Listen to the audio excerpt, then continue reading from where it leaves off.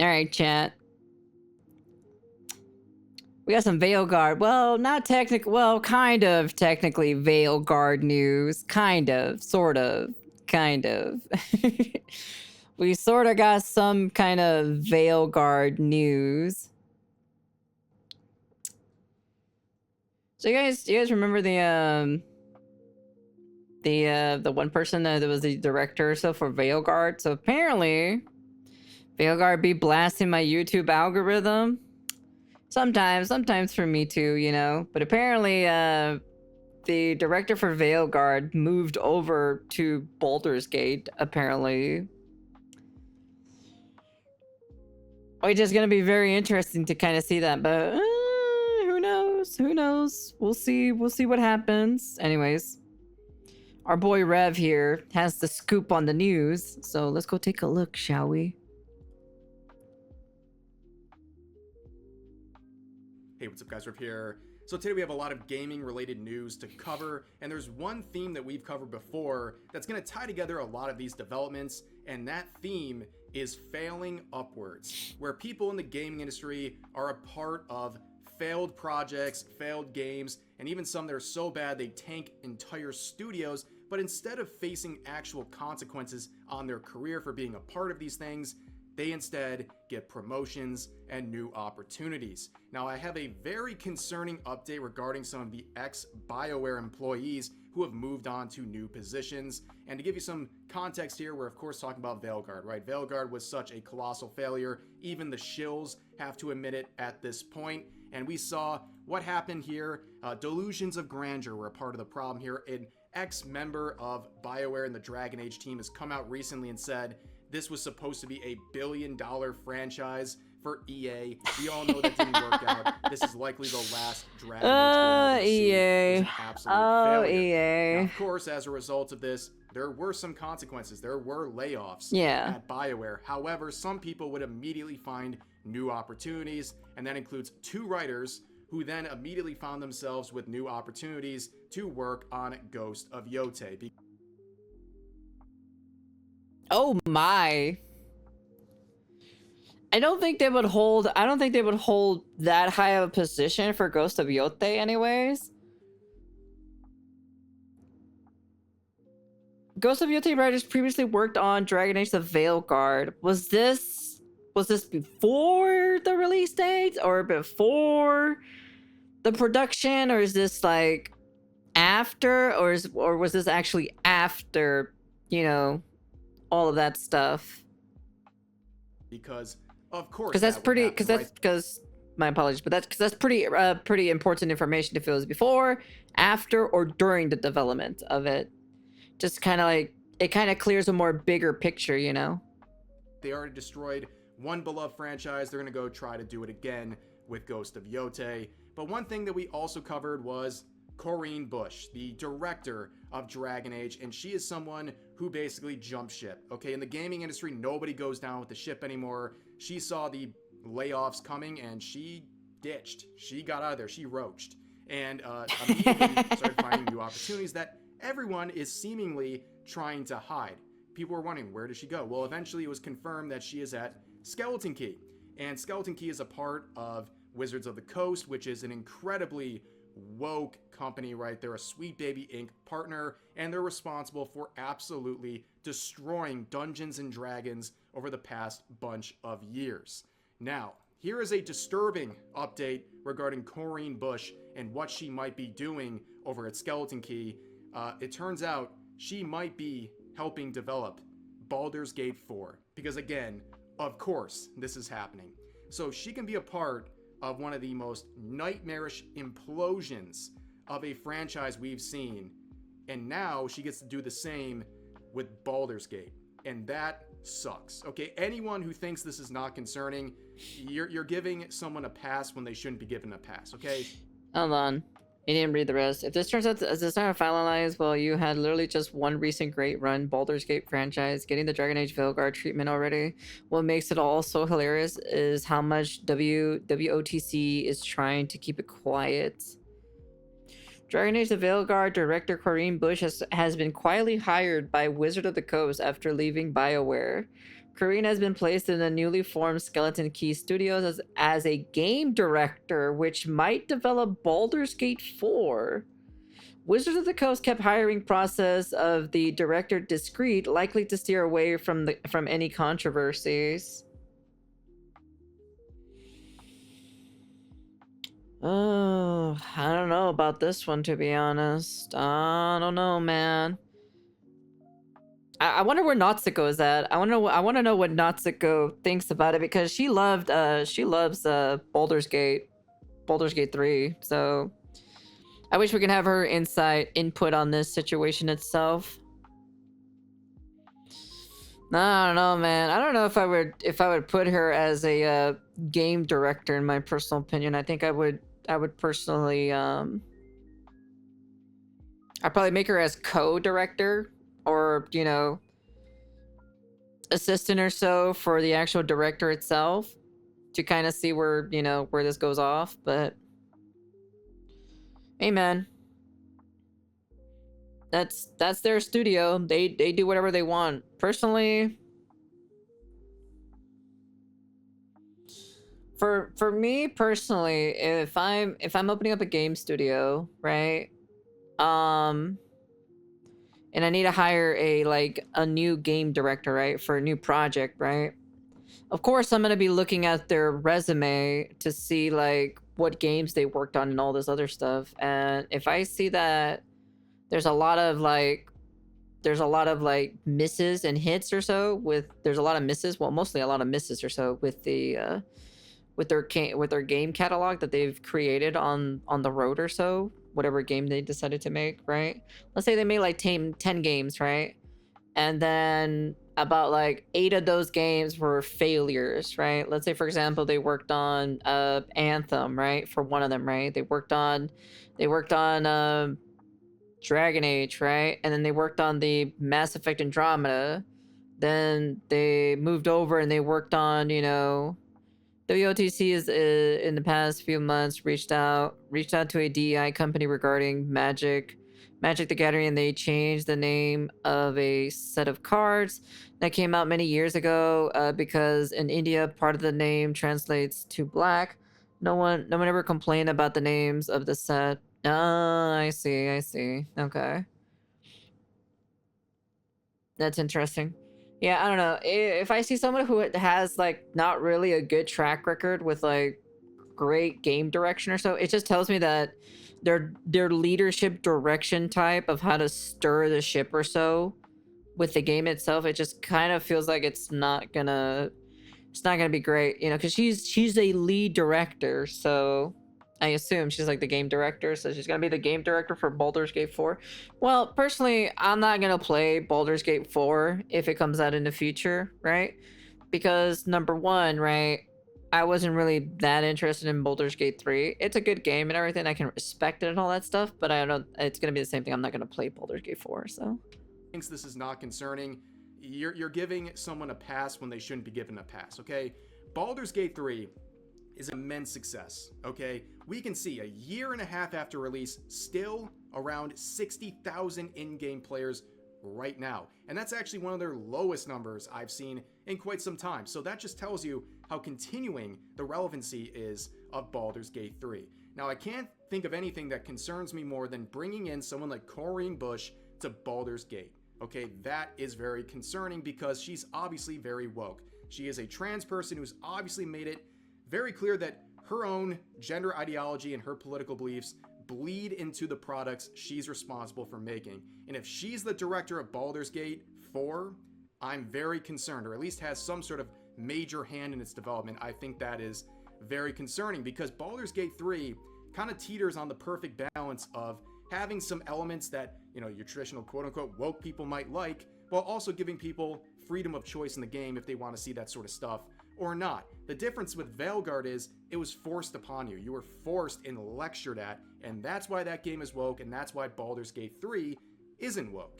It gives you player choice. If you want to go out there and have gay romance options and things like that, you can. If you don't want to see that sort of stuff, you won't, because it's ultimately your choice. You have freedom of choice, and that's what makes Baldur's Gate 3 something really enjoyable for a very wide audience of people, unlike Veilguard. Now, of course, you already have these woke companies already on the horizon here with Skeleton Key and, of course, Wizards of the Coast, and now you're introducing someone like Karine Busche into this mix. I'm very concerned that this could have a really negative impact on the development of Baldur's Gate 4. And again, failing upwards, how would anyone trust her with another beloved franchise after everything that's happened? It just blows my mind entirely. Now, let's go to another destroyed IP, Star Wars Outlaws and Ubisoft here. So I know this is the PC release, of course. It's not the most fair thing to point out, but look at the absolute state of Star Wars Outlaws. This game hasn't even been out for a half a year, and it's sitting at 387 in-game players right now. That is absolutely brutal. We know this was a commercial failure for Star Wars and Ubisoft. We all know that, but there are some people who are somehow finding their way out of the ashes, out of the destruction of this game, and getting some new opportunities in places that, once again, should probably concern you. You know, I'm not gonna blame 100% to Ubisoft, right? Remember, who owned Star Wars? Disney. And Disney always has a bad track record of making really terrible Star Wars products, you know? We're not gonna say anything, but, you know. So, at the same time, I blame Ubisoft to some percentage. Depends, like, how much of the percentage is. But I mostly blame Disney because you know how Disney is when it comes to, you know, mature rated, you know, content with their IPs, especially when it comes to Star Wars. Remember, there was no back in what was it? Back in EA when they made Battlefront or so, there was no like decapitation or like arm severed or so when you brought out the, you know, the Jedi's out, the heroes basically, to cut down the enemies. Like there was no gruesome like severed arm or anything like that, you know, because that's how it usually is, you know, when it's a lightsaber, you know, you cut them and then, you know, you're gonna cut their body in half, you know. What was the last time,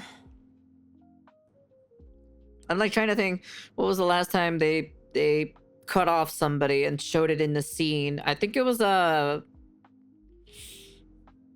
what was his name? Fucking Darth Maul. Darth Maul was like the last one I saw or so, where they cut off his body in half and then they actually showed it tumbling down, you know, in the little thing.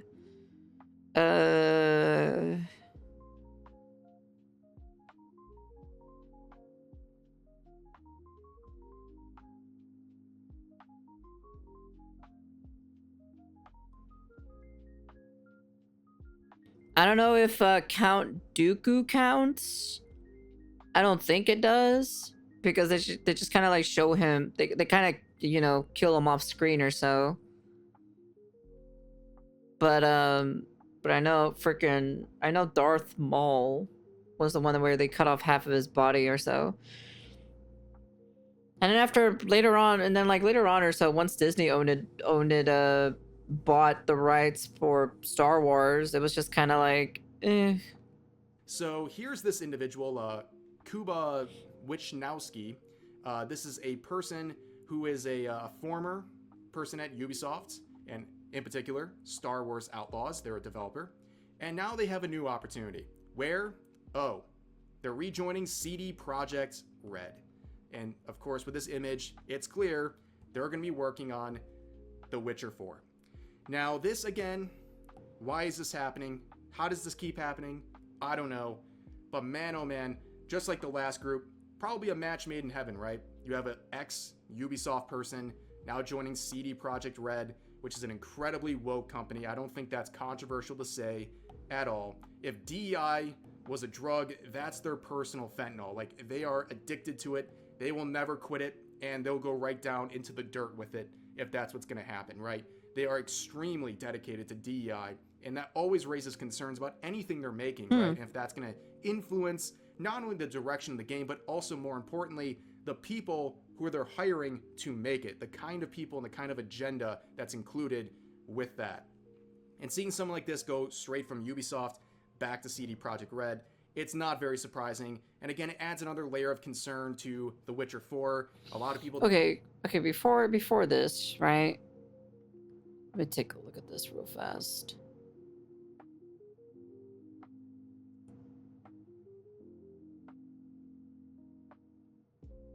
Let's take a look.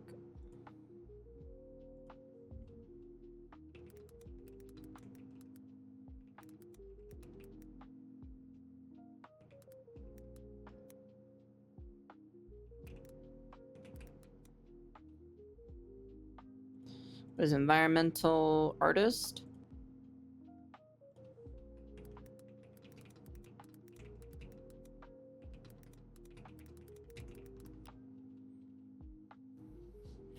So the number of senior environmental artists needed in a game studio depends heavily on the scale of the complexity of the game being developed, but generally a minimum of 2 or 3 senior environmental artists are considered necessary for a mid-sized project, with larger open world scale games potentially require 5 or more to handle the vast environment.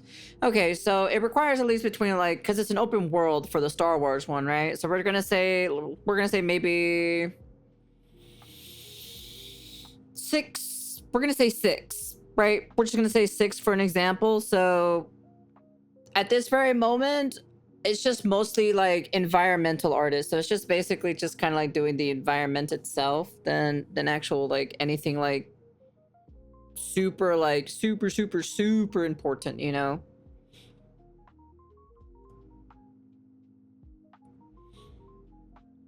Yeah, so let me see. So a large, let's see. So the art style, highly detailed, realistic environments might need more artists to achieve the level of fidelity. If the studio has a strong team of juniors and mid-levels, environmentalists, a few senior artists may be needed to provide guidance and mentorship. Yeah. And then the leadership is to guide the artistic visions of the game's environment, ensuring consistency and quality. So personally, I don't think I have an issue with the senior environment one personally. Just by looking at the information itself that we just got provided on, because he could be one out of the 6 that was probably pretty good. So there's nothing really on the surface here that's like complete alarm bells here, but there are things about really Ciri's whole becoming of a Witcher, and also who's around this project, that is raising some concerns, and this is just another layer to that. But let's move not on really. From This one isn't really that one concerning. Studio, and that is Rocksteady Studios. That's a little bit of a weak story, in my personal opinion. Rocksteady for the past year or so, you might notice something is missing in this profile. Well, for the first time in as long as I can remember, their Pride flag profile picture is gone. Pride Month is finally over at Rocksteady Studios. It took only about a year for them to remove that. But yeah, that was a very strange thing, and the timing is also very funny. It seems very performative as well, because a lot of companies are straying away from that stuff. They're realizing people don't like this performative action anymore, and yeah. But not a lot of things have changed, though. You can see they still have hashtag Black Lives Matter, hashtag Pride in their bio. Like, again, are you selling me an agenda or a video game? I'm not really sure at this point. And honestly, it's the year 2025. Nobody appreciates this performative nonsense anymore. Like, we're all seeing through it. But yeah, we know, of course, Rocksteady Studios was responsible for the absolute disaster that was Suicide Squad Kill the Justice League. We don't have to explain how bad that was. It cost Warner Bros. Hundreds of millions of dollars. And also their connection to Sweet Baby is something that is ongoing. It appears that they're still partners with Sweet Baby Inc. And of course, how does that get rewarded? Well, with some more opportunities. Yep, because in the gaming industry, you can fail miserably, but as long as you're playing for the right team, well, you get more opportunities. And that is with the new Batman game that's in development. A new Batman game. Quite some time ago, but it is now confirmed, and it's still years away from releasing. But again, people are very, very shocked that this continues, that they can massively mess up a DC IP, by the way, and then get rewarded with another one. It just doesn't make any sense. And again, clearly it doesn't. It seems like Well, because one of the reasons why is because Rocksteady is very well known for their Batman games, right? Besides, what was that one specific Batman game that they messed up as well? Was it them? They're the ones who made it, right? Was it Batman? What was the name of that fucking game again?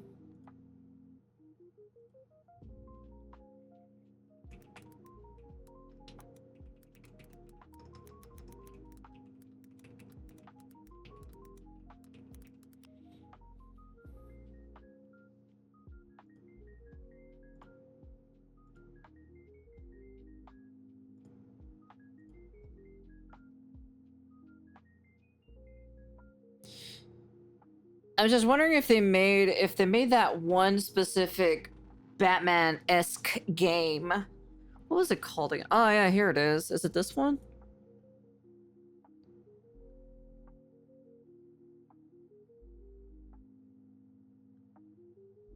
Gotham Knights, yes. Who made Gotham Knights? Let me see.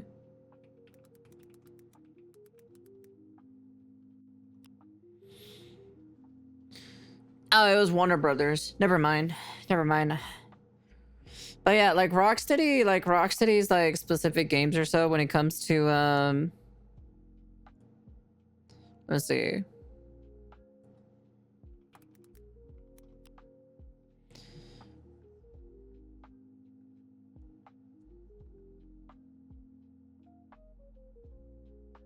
Is that literally their entire catalog? Holy shit, Jesus Christ. That's crazy.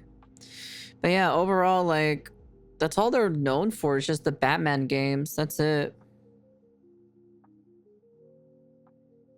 They did not make Gotham Knights. They did not make Gotham Knights. It wasn't them, it was Warner Brothers. Rocksteady only made the Batman games. They made the Batman VR, Batman Arkham City, Batman Arkham Asylum, Batman Arkham Knights, and then the most latest one is Suicide Squad, which was the most biggest flop around here. They also made Nickelodeon All-Stars Brawl 2 as well, apparently, which is very interesting, actually. Yeah, so their track record, so of course they're going to give confidence to them for their track record of like the Batman game compared to the Suicide Squad. I think they're just going to go back to making single player games, I think, after the biggest flop, which was the Suicide Squad Kill the Justice League, which this game was probably the most biggest tarnish on their reputation ever. So they'll probably be back doing just Batman games, to be honest. Because that's all they have on their catalog is just 1, 2, 3, 4 Batman games. That's it. Urban Chaos, Deep Response, Riot Response. I have no idea what this is. And then they did Nickelodeon's All-Stars Brawl 2. So, yeah. Sweet Baby's still on board with Rocksteady. It's like kind of pretty sad or so that that's the only thing they ever made it's just Batman. That's it. They hardly ever made another IP with another superhero game, you know? They're still it's kind of crazy. Pretty much everybody, by the way. According to rumors, they've lost essentially no contracts as a result of the last year where they were exposed for all of their terrible connections to terrible products. But yeah, here we go. Failing upwards once again. Now, I think they have one final chance. Well, I wouldn't say one final one, but I think they're on toes. You know, they're on their toes right now. Warner Bros. Is probably breathing down their neck or so. I think it's them or so that owns the DC stuff. I'm not too sure, but like just the DC franchises, those are kind of like breathing down their necks right now because of the flop or so from Suicide Squad. So. But then they want them to go back to doing, you know, single player games for Rocksteady, you know, the DC people or so. And that's pretty much about it. Oh, hello. Thank you, Andre. Thank you for the subscriber or so. Welcome. We're gonna return to Assassin's Creed Shadows and Ubisoft here. This isn't an example of failing upwards, but I just want to revisit Assassin's Creed Shadows because we have another round of bad news for them, bad PR looks, because of course they would do that again.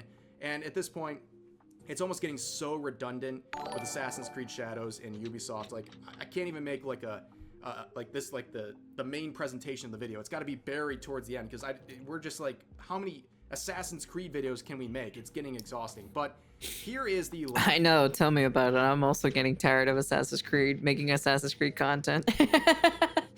I'm also tired of it as well. Latest controversy, and it's a very strange one. So forced, so dumb, but here it is. Prepare for a stealthy taste sensation with the IGN X Assassin's Creed Shadows Strike with Flavor Japan Crate. Okay, so I don't know about you guys, but I love collaborations between games and IGN.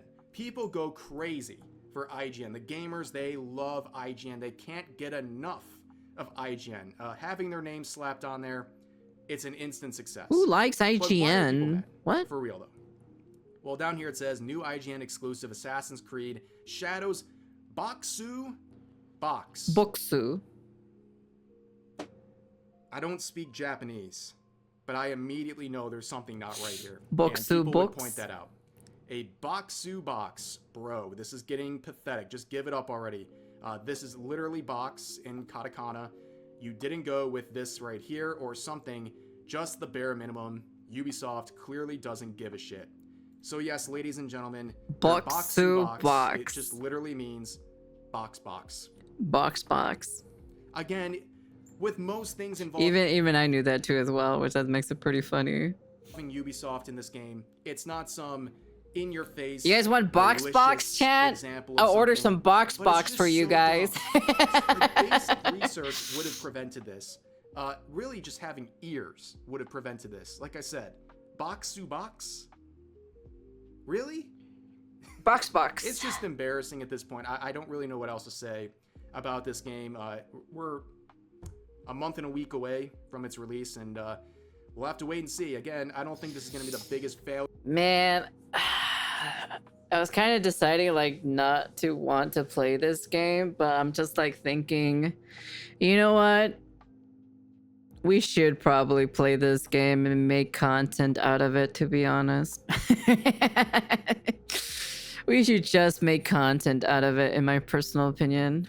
Failure of all time, but man, did they really hurt their PR and limit how high the ceiling could be for this game. And also, to add insult to injury, this is a great development. So Team Ninja challenges Ubisoft to a feudal Japanese duel, announcing Rise of the Ronin will hit PC just days before Assassin's Creed Shadows. That's funny, dude. Wonderful That's funny. gambit right here. I applaud them in this decision. It says down here, and yet another unfortunate development for Ubisoft's last hope for survival. Team Ninja has confirmed that the PC port for their previously Sony exclusive feudal Japan set open world samurai game Rise of the Ronin will officially release just days ahead of Assassin's Creed Shadows. Should we play these two like simultaneously to see like the difference between Assassin's Creed Shadows and Rise of the Ronin? Do you guys want that, chat? Like, we could totally do that, you know? Like, we could play both of them simultaneously just to see, you know, just to see like the difference of like both games, you know? This is a power move. I love Before it. that, play Immediately Ghost. putting I don't think a I have enough time for comparison point out there Ghost. for this setting. We'll play And Ghost yeah, probably hope it right works out for after. them. And you know what? You can't really feel too sorry for Ubisoft at this point. I mean, they've really self-created all these problems for themselves. And again, look at the stock. It's just, it's not, it just keeps... Holy shit, dude. Are you serious?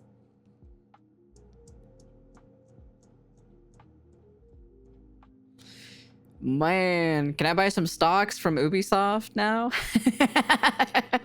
It's getting worse and worse. I think this is potentially the all-time low. This is the last month. It's actually managed to continue going down. If you look at the 6 months here, I mean, God damn, dude. they're cooked, man. They're absolutely cooked. Now, speaking of cooked, there's one more thing I want to talk about in today's video.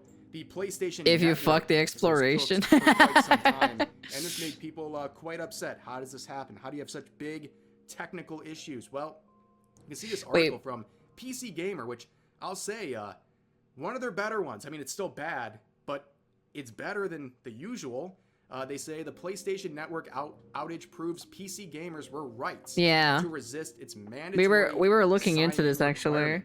Okay, you had a pretty good start here, but you can see they say review bombing campaigns are often motivated by half-baked culture war controversies. Of course, they'd have to include this about trans characters, queer developers, or supposed mafias of liberal writing consultants bending multi-million-dollar companies to their will. Yeah, you seem a little insecure about that. Last May, though, we saw a great example of the review bomb's utility in pushing back on genuine consumer grievance, Helldivers 2 PlayStation Network sign-in requirement. That was a big, big deal. And I think that was, again, as they point out here, a good example of review bombing forcing action. But of course, it says, to be fair to Sony and Arrowhead, it was communicated from the start that such a requirement was meant to be implemented eventually, and at the time, the stakes didn't seem all that high. Many players pointed to the galling exclusion of gamers in countries that can access Steam but not PSN as a reason to resist the imposition, but Sony has largely surrendered its PSN on PC ambitions, while still weirdly excluding those countries in Helldivers 2 and its other releases, and players in the global north don't seem too bothered these days. Let's call a spade a spade. Much of the backlash was because Sony's requirement was annoying. Yeah. And supposed player protection justification felt insulting when the move was clearly meant to force more users into Sony's PSN ecosystem, having to juggle online services you wouldn't use if you didn't have to. Another company insisting on having your email and other personal information is always annoying. Man, did Sony like cut off a PC Gamer or something? Damn, they were cooking with this one. But that's a very great concern and a great point to be made. And yeah, a lot of PC gamers felt pretty vindicated and laughed at the situation because the PSN outage was one that went on and on and on. And I don't want to hear about these player protection justifications. It's all about money. They just want you to. They just want your information, you know. But yeah, we already kind of looked into this already with the last video. But overall, like, yeah, like for me personally, right? This is pretty stupid, right? Boxu box, you know, it means, you know, box, right? This one right here, I'm not surprised that, you know, they still haven't lost their contract yet for the whole thing. It's like it's only like one game that they messed up so far compared to like their whole lineup roster. So I'm not surprised about this one, to be honest.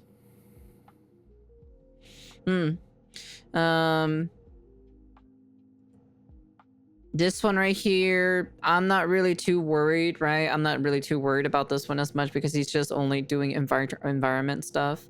So it's nothing really super crazy. It's not like he's gonna put a fucking like rainbow and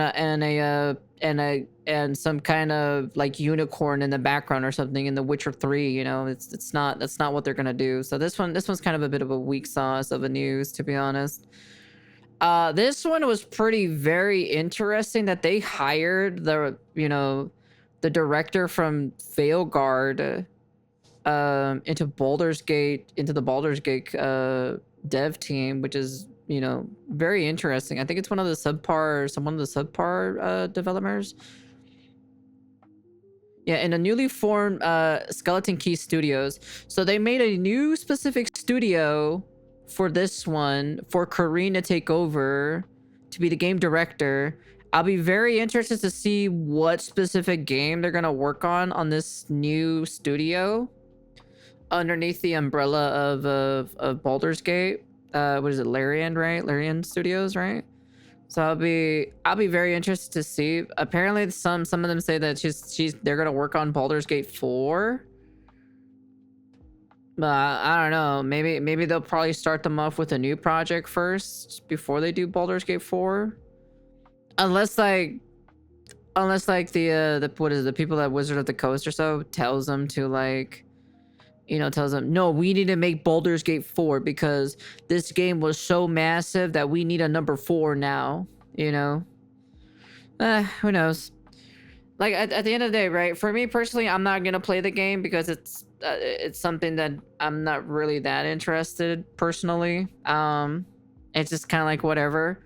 I know that my friend Natsuko enjoyed Baldur's Gate 3. Rin also enjoyed Baldur's Gate 3. A lot of my VTuber friends enjoyed Baldur's Gate 3, but personally I was just kind of like, not really my cup of tea personally, so.